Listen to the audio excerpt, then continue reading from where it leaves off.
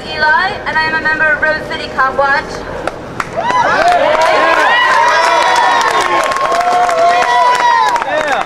And thank you to everyday people for organizing this important event. Yeah. I want to talk about apples. Bad apples. Yeah, tell about it. From a deadly tree. I also want to remember.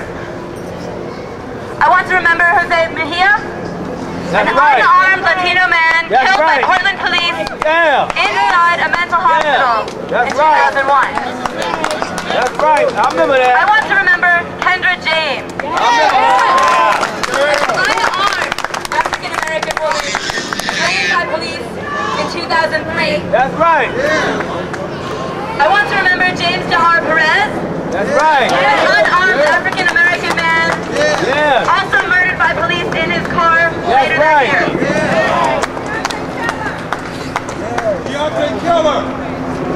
I want to remember that the cops who murdered these people face no meaningful repercussions. Most continue to wander our streets with guns and badges. I want to remember that the best response the police and city government have for these tragedies is endless committees. That they refuse to recognize the grossly disproportionate of people of color as racial profiling. That they address such concerns by targeting people of color to join the force to do the exact same brutal job. I want to remember James Chaffee, an unarmed man beaten to death by a gang of cops. Yeah, that's right. I remember him too. Yes, the same Chris Humphreys who fired a less lethal shotgun at a young African-American girl in December. I remember that too. The Portland Police Association thought a paid vacation was too harsh a punishment for him. Sure was. So hundreds of cops took to the streets under the banner, I am Chris Humphreys. I want to remember that while some may see Chris Humphreys as one of the baddest apples, Portland's police see themselves in him. Yeah, rock now. That's right. Say that.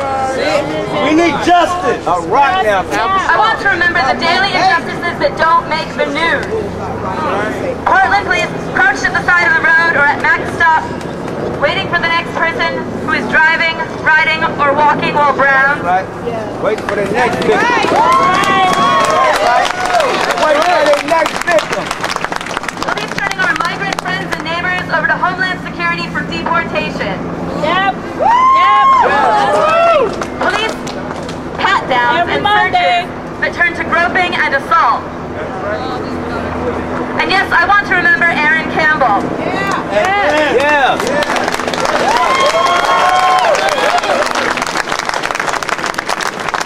To remember those terrifying moments when we were desperate to protect ourselves and our loved ones. Those moments when we deserve real help. That's right, sure you're right. I find hope in the times we call our friends, families, and neighbors to resolve conflict instead of the cops. I find hope when we come together like this to address real safety concerns in our communities. And I know we are far from having the solutions to many of the crises we face, but we, as everyday people who care about each other, are our only hope for creating these solutions. We have to give up on apples, the tree of desert.